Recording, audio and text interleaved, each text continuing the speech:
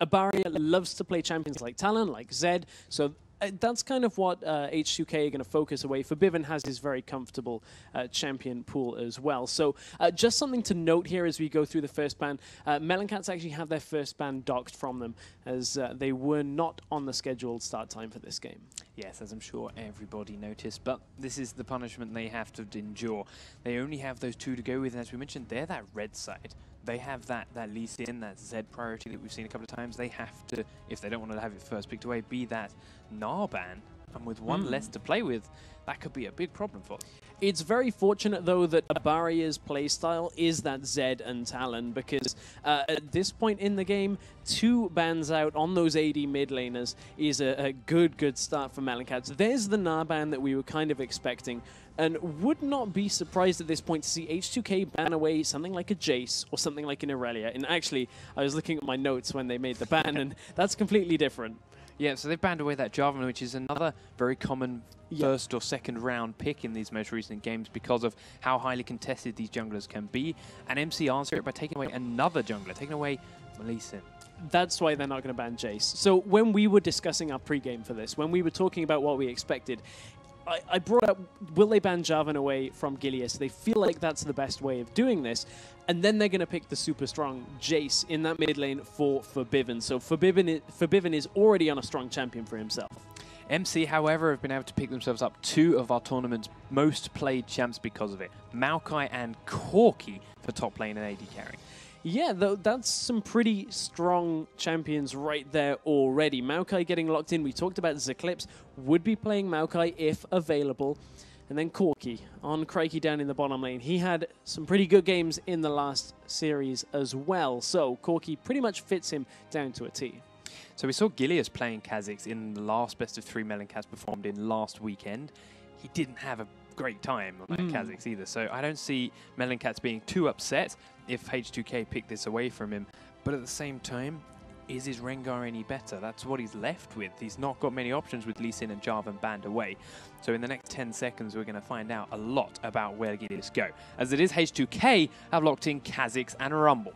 Yes, indeed they have. That is a lot of damage coming out from that. And Kha'Zix, you mentioned we saw in the previous series, but loulex is an aggressive jungler. We know that he wants to play aggressive champions like Kha'Zix, and with Lee Sin not available, Hjarnan not available, that is the next best choice. And up in that top lane, this is what Odoamne wants. Odoamne is possibly the strongest top lane player not in LCS currently, depending on who you talk to.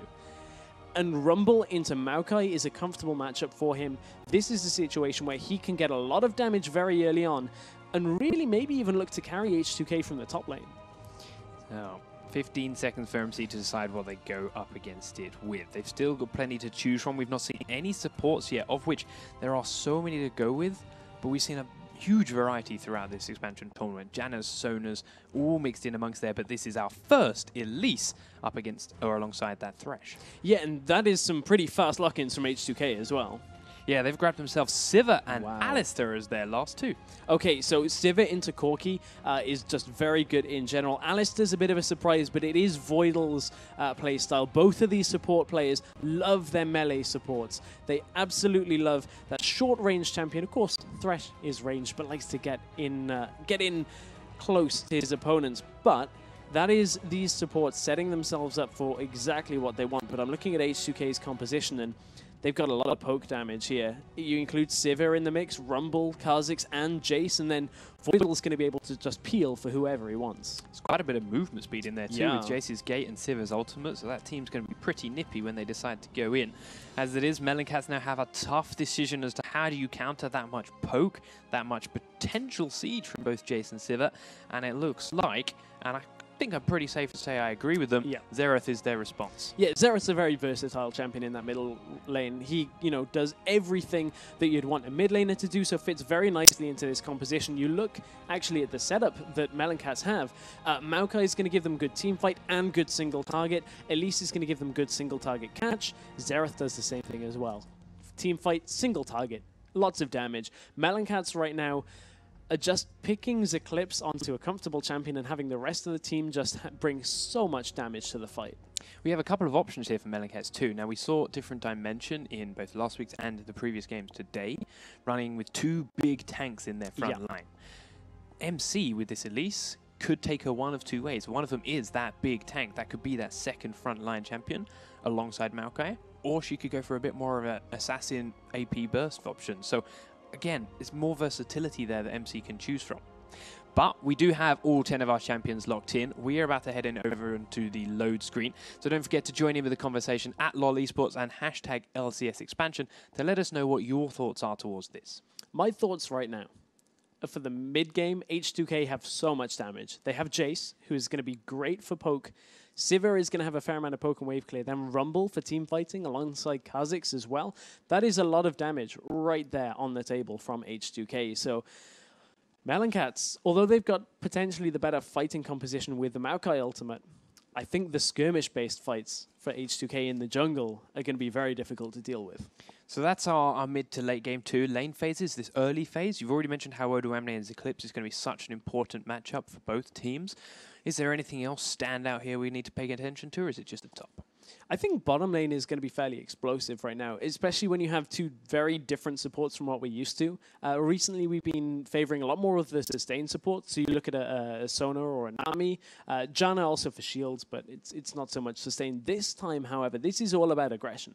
This is all about that kind of get in there and fight in that bottom lane. And that is what we've seen out of H2K, Hjarnan, and Voidle. Just time and time again. They love exerting a lot of pressure in their lane, get that level 2 early, and make sure they can dominate from there. So I want to quick talk over the summoner spells we've got here. There's immediate difference in the mid lane. Febiven's taking an ignite, Abaria taking a heal, so that Xerath playing far more defensively, as we are, to be honest, not too surprised to see. But bottom lane, both supports have got themselves an ignite. Yeah, again, aggression in that bottom lane. That really is just H2K and MelonCats saying, let's just, you know, slug it out. Fist fight down in this bottom lane. Let's see who comes out on top. So, any second now, as I'm sure you can hear, we are going to jump into the rift. We do have H2K down in the bottom left-hand on the corner as our blue squad for the first game in this best of 3, and MelonCats in the top right-hand as our red team and our second squad for this best of 3 game. Quick pause out. Does on the Rengar. So there it is, all unpaused and ready to go. Again, this is an important one. We've done everything else. We've done all the other lanes. Top lane. Difference in items. Doran's shield up against Doran's ring already, which is fairly obvious because you've got the Doran's ring on Maokai is expected all the time, and it's resourceless on Rumble. Yep. But how should that play out? Why is Odoamne so happy to pick Rumble into Maokai? So we saw that pretty much be rediscovered at Worlds. Rumble just has so much damage when you can actually balance your overheat well. As soon as you can keep it in the danger zone and head in towards the Maokai, there's not a lot they can do really to upset your ability to output damage with that Flame Spitter. So you can see Odoamne is already keeping his heat above that 50 mark, and that's something that you'll expect to see out of a player like Odoamne. It's the mark of somebody who knows this matchup. So we do see Kha'Zix immediately going up towards this blue buff, but he's still got a good 30 seconds to change his mind if he wants. He's got Rumble there in support to help him with his first buff, and Elise is actually whoever started on the bottom half of the map now is heading towards her red, so they're both going to be on that top side of the map and hit the blue buff and the red buff on the bottom side as they're about that level 3 mark. Down in this bottom lane, very interestingly enough, Voidle has gone for the lesser engage route on his skill level. He's actually taken heal at rank 1, which tells you that they're very afraid of Dioud and Crykee actually putting a lot of damage down in this early game phase. They want that extra sustain, and they don't expect to engage until about level 3. At that point, Hjarnan will have the Boomerang Blade and the Spell Shield along with the Ricochet, and there they feel comfortable in the lane. We also saw them standing in that bottom bush before the minions had arrived, as we've seen time and time again recently. But as soon as they saw Thresh, even without Corki, they turned and kind of ran away. Yeah. So while they were there for vision, as you said, they did not want to take any kind of fight.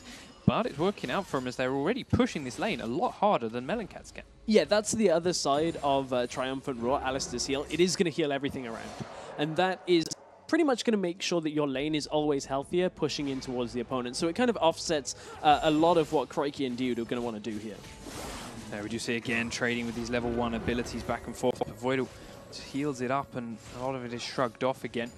In the top lane, we had Odoamne putting a lot of damage down onto Zeclipse already because he hit that level too fast. And it's clear again, or already rather, that Zeclipse is having a harder time here than we've seen previously. But he's still level 1. He's got a little bit of time to get some more experience under his belt. Again, Odoamne just balancing the heat very well in this early game. The added damage that Rumble gets from being over the 50 heat mark is so good for these early trading parts where really Maokai isn't able to sustain up, so he's forced to use health potions. So, middle lane is the last one we've not touched yet then. Jayce and Xerath are there and farming fairly evenly as things stand. Yeah, it's going to be like this for a little while, as neither champion really has all that much damage to bully the other out of lane, but it's going to get more difficult, perhaps, as Jayce gets more and more damage, because if Xerath can't stand behind his minions, shock blasts like that are really going to chip him down. Yeah, however, if Febiven's not careful, those shock blasts are also going to push the lane very close to Abaria's tower, and with Febiven's game knowledge, with his sheer experience, he's going to know that both junglers are very close or past that level 3 with double buff mark now. So he's got to start keeping his eyes open for Elise. Do see the first recall coming out from Kha'Zix though, and he's got himself a quick Spirit Stone rather than any kind of combat. Yeah, that's a little bit surprising perhaps when you take into account the standard playstyle of the aggressive junglers. They'll sometimes pick up longsword first, but hook in the bottom lane. Hook in the bottom lane does land, but Hjarnan puts the spell shield a bit late. It's just a little bit of a trade, but down to 50% health with no potion left now because of that is Sivir. You can see Rumble's pushing up very high up into this top lane, and his ward just died. Gilius typically would be around mid lane, perhaps, to help out Xerath this early on in the game because of the catch potential, but it's top lane, actually. Odoamne has to be careful. Yeah, but they can't get the Twisted Advance down from Maokai. Flashes to get the snare in. There's no stun yet from Gilius, but he's going to do a lot of damage here in Spider form. Odoamne is trying to fight them, but he's overheated now. Gilius is very close, but he's taking so much damage and can't go into the bush. loulex was there just in case. Odoamne gets away with a tiny bit of health left. He's going to go in for more, but no mana on Zeclipse, I think, is pretty much a safe bet there for Odoamne. But what happened in that engagement was Gilius was forced to sit behind their own minions because he couldn't risk getting hit by the Electro Harpoon from Odoamne, because that would have put Gilius far too low to actually go in. So very nice play, waiting for that moment from Gilius.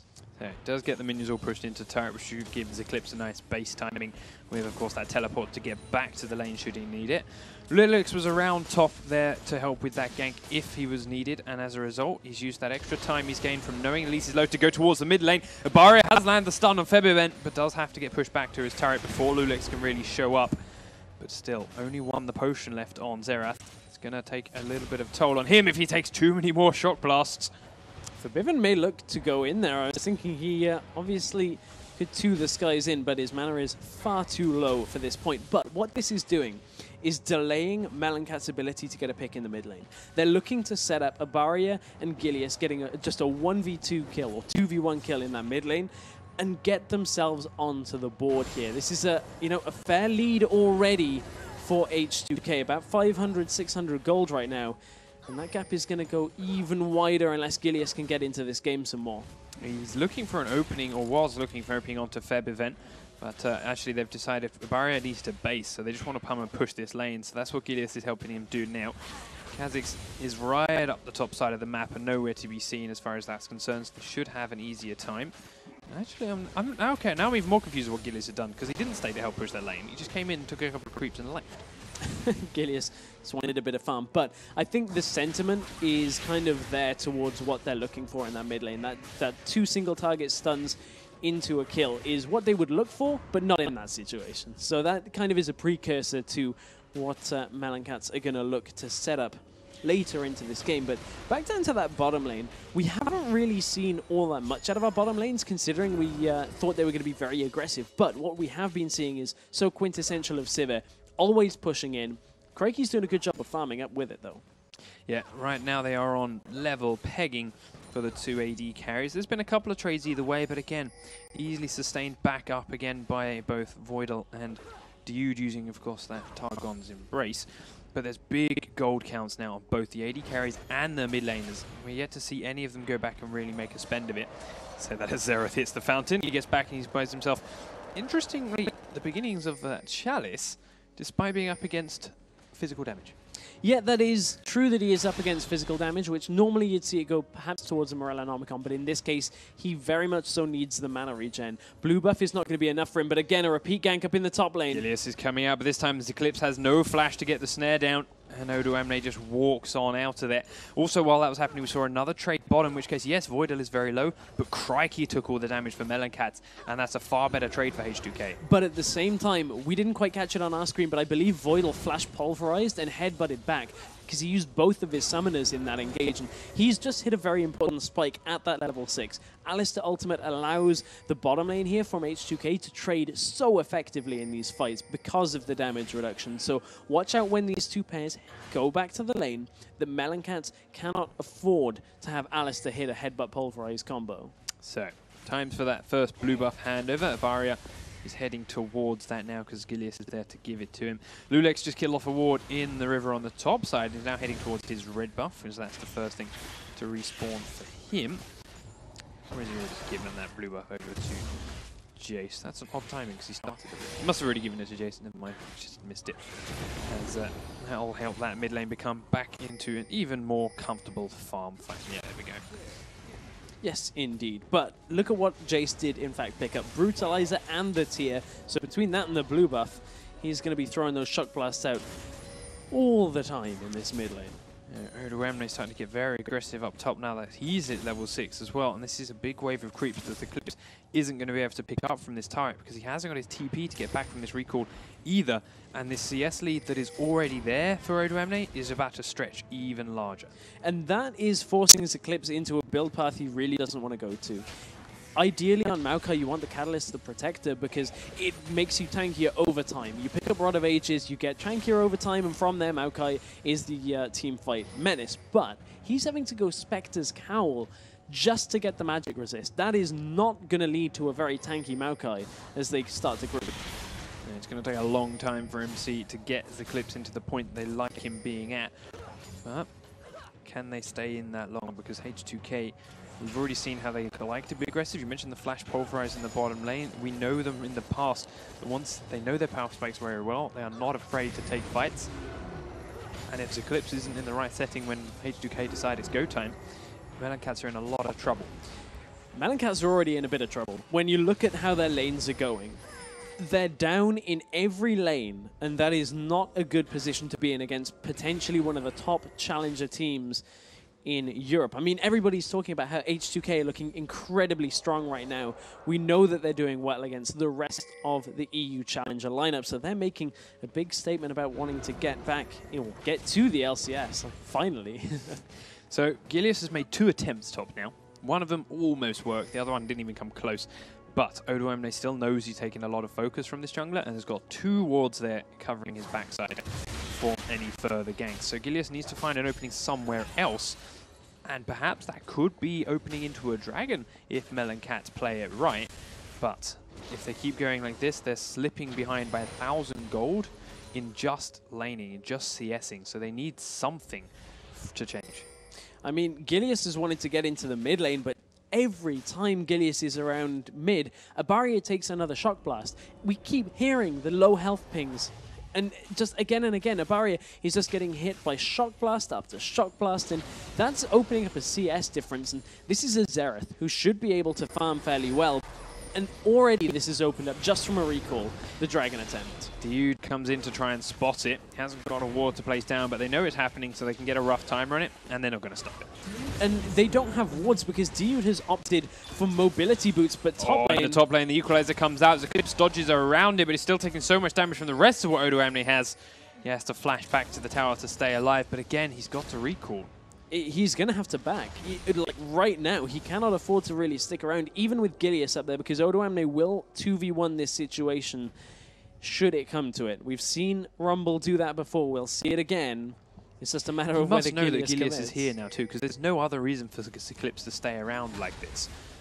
Gilius comes on out, does walk straight over a friendly ward, but see, Odoamne knows what's up. Flash doesn't land the stun, the damage comes down, but completely wasted Flash on Gilius's part. Even Zeclipse turned around before the Flash happened. It's just not lining up for Gilius right now. He's off tilt at this point, and Elise is a difficult champion to get working in the current meta. She doesn't really have as good a start to the game as she'd want. The only thing you're relying on is her pick potential, and if you can't get into lanes like that, there's no way you can get those picks to work from you. So that's a big cooldown not being available. And back down to this bottom lane. Check the health on that turret.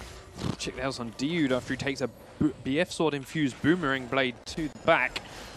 Just dropping right down, and yes, as you mentioned, that tower's not going to last more than 2 minion waves, I suspect. Quick spell shield blocks out the big rocket from Crykee, who has now started to slip down in the CS after doing so well for sticking at the same point. Ooh. But the hook lands on Hjarnan. Actually going to take a lot of damage from the Phosphorus Bomb, and the Ignite has been used. But Voidle does a good job at blocking Corki out. But a quick flash forward and a Lantern from Dioud gets him close again, but the rocket will not land. Oh, I don't think even Hjarnan was expecting that to hit. Looked like Voidle was in front, but that was a nice hook, and that shows the potency of this bottom lane, though. Do not underestimate Thresh and Corki with the amount of upfront damage they're going to have in these engages. Voidle's hanging around. Don't know what for. They're going to see him when he comes around the corner. They're going to see him when the minions go around the corner, and he's got no support from a jungler either. I don't know, maybe he's just trying to follow him into a sense of security, thinking that he had based, but he is now still there. Gilius is down here, but again, it's a handoff of blue buff to Abaria to try and keep him in the farm game. But again, he is slipping down behind Jayce as well, and as you mentioned, the shot blasts that he keeps catching aren't helping. Down by 3,000 gold now as a team, especially with that dragon on top of it. And that is a big factor, that MelonCats just kind of let that dragon go away. Top lane there is a bit of a trade, but Odoamne has his equalizer. Yeah, and now Febiven and loulex are coming up through the jungle. Zeclipse is so low, and there's finally a first blood. Febiven gets it with a shock blast from miles away. That is a very slow first blood, considering the lead that H2K have right now.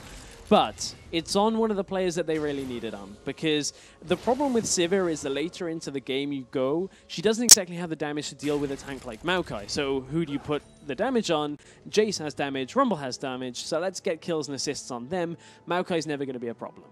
Jayce walked all the way up there through the jungle and met up with Kha'Zix and got to top lane without boots. Yep. And he didn't use his acceleration gate because he needed it for the shock blast. He was just given all the time in the world to stroll on and have a little look around the jungle and pick up a kill without any kind of response from MelonCats. Hey man, don't underestimate the extra movement speed that you get from Transform.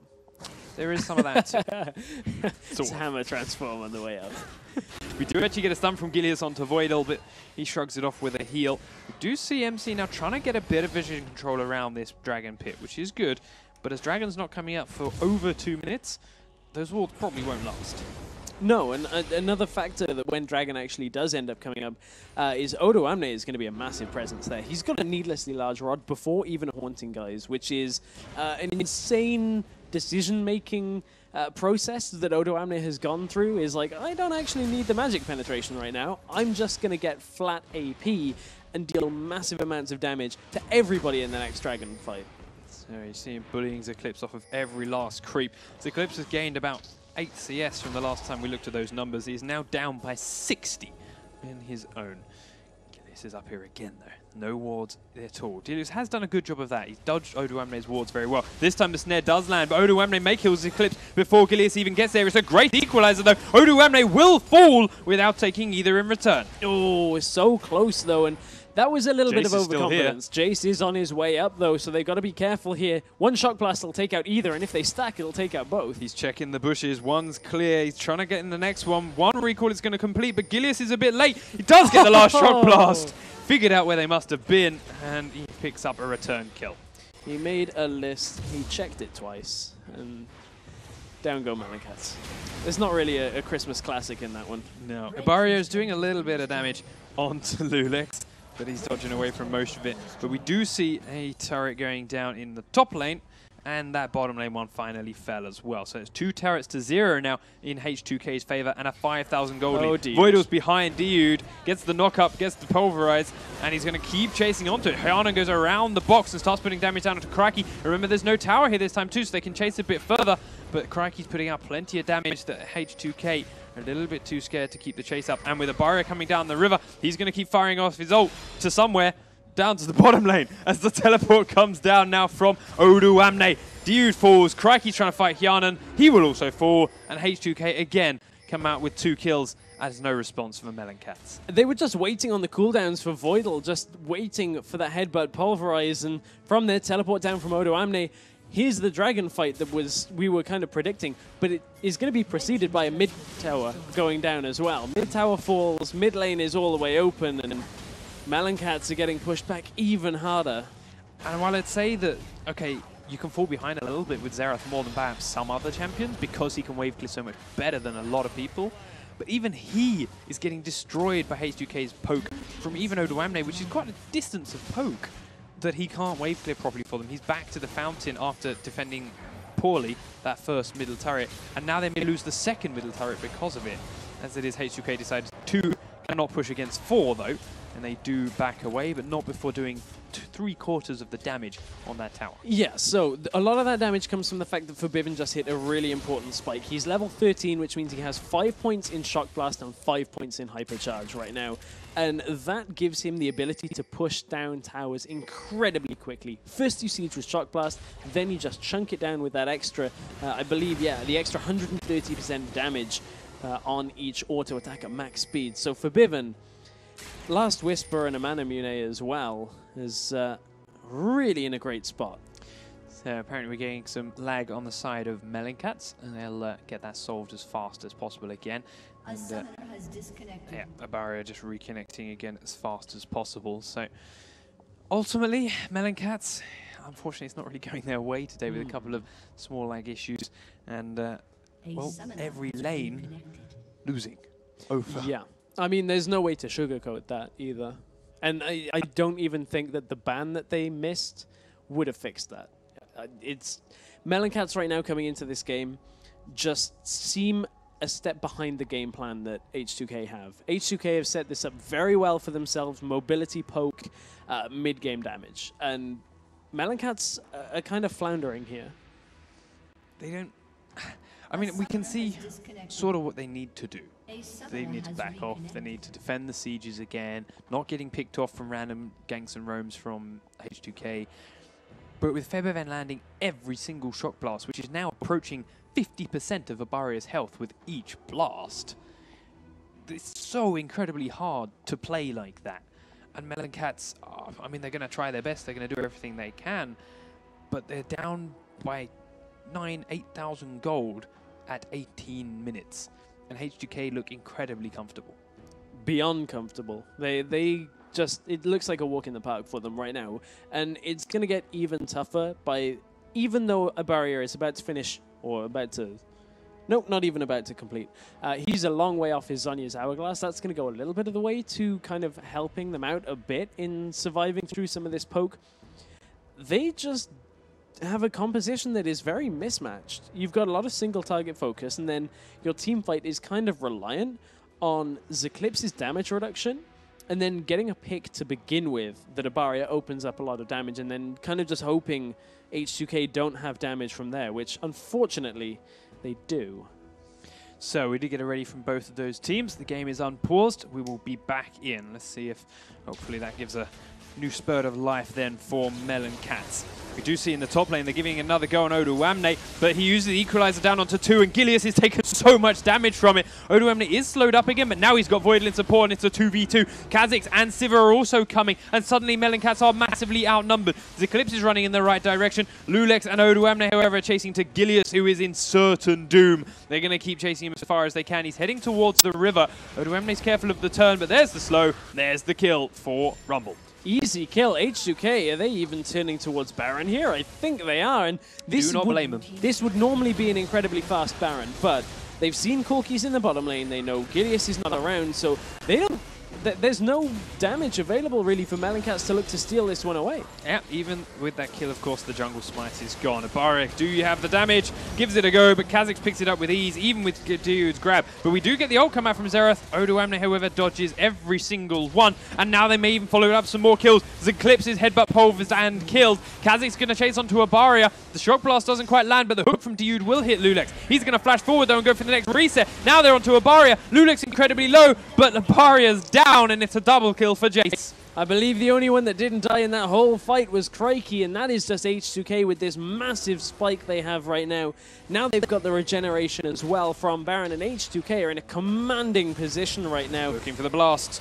Doesn't quite catch Corki this time around, but this tower is incredibly low already. They're going to try and nuke it down. Jayce finishes it off. They can't quite get onto Gilius or Crykee this time, though. And if you're MelonCats, how do you combat this much of a lead?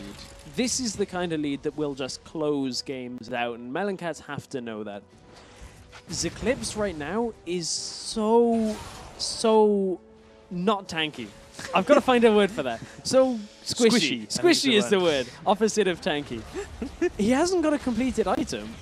I mean, he's got a Spectre Scout and a Catalyst, which is a little bit, but I mean, on the other side, Haunting Guise, Zhonya's Hourglass, Sorcerer's Shoes, Blasting Wand. It's gone so well for Odoamne. Wow, the damage onto Crykee from one Shock Blast out of Febiven. Febiven, who has now got, of course, a Last Whisper on top of his Brutalizer and still hasn't completed the Mana Mune. But he's got to be incredibly close. And when he's doing that much damage before the Mana Mune, I am terrified to see what happens afterwards as Gilius takes one to the face, as does Dioud, and that opens up this Tier 2 turret for H2K to take for free. Yeah, he's currently at just over 600 stacks, so it is going to be very shortly that Febiven is going to have that added damage. But man, H2K 8-1 doesn't really tell the story of this game. There was a good 14-minute period at the beginning of this game where H2K just pushed around the lanes. They didn't get any kills, but they didn't need it. They just gave themselves the platform to set the game up like this. They certainly played smart. We know a lot of teams who, if you start going well like that, would just start trying to get crazy kills and doing silly things and risk throwing the game away because of it. H2K knew they were ahead, knew they were winning the lanes, and if they just sat back and played it patiently, it wouldn't change that. And this is what we're now seeing. They are up by 12,000 gold at 22 minutes. And now they're looking for another tower, which with 5-1 already, and with Shock Blast, it's all it really is at the moment from Febiven that's pushing MelonCats off of these turrets. It's 2 or 3 Shock Blasts and suddenly they can't defend it. So he's not there, and this one is staying alive a little bit longer. He'll be there soon. And honestly, this is H2K's playstyle through and through. They like to exert a lot of map pressure, push all 3 lanes if they can, and just completely choke your opponents out. Force them to spread as thin as possible. Voidle's coming behind him, but they are forced to engage. Zeclipse is there. Gilius is up. Abaria has to fall back, but we do get a kill onto Zeclipse first. Now H2K looking for the resets as Jayce comes in behind. Thresh is down. Xerath's down. Crykee's the only man alive. H2K lose no one and pick up 4 kills and a tower. Oh, it should not be that easy at 23 minutes into the game, but the resets from Kha'Zix are just too strong right now, and that is going to indicate exactly what I think a lot of people would have been expecting by there. That's a surrender vote coming through. So, MelonCats, unfortunately, didn't have the best showing in that first game, but H2K are showing exactly why they've had so many shots at the LCS, why they are one of the favorites for this tournament. However, I don't want to write MelonCats off completely yet. Not completely. No, not yet either. Because we've seen this before, that teams can take game 1 very quickly and then kind of get beaten. The SKP Reason series comes to mind where SKP dominated game 1. MelonCats still have an Everest-sized mountain to climb. But, you know, they've got another game. Yes, by no means will this next game suddenly become easy for them, but they do have 2 more chances to turn this series around. We will be back after this short break with H2K versus MelonCats game number 2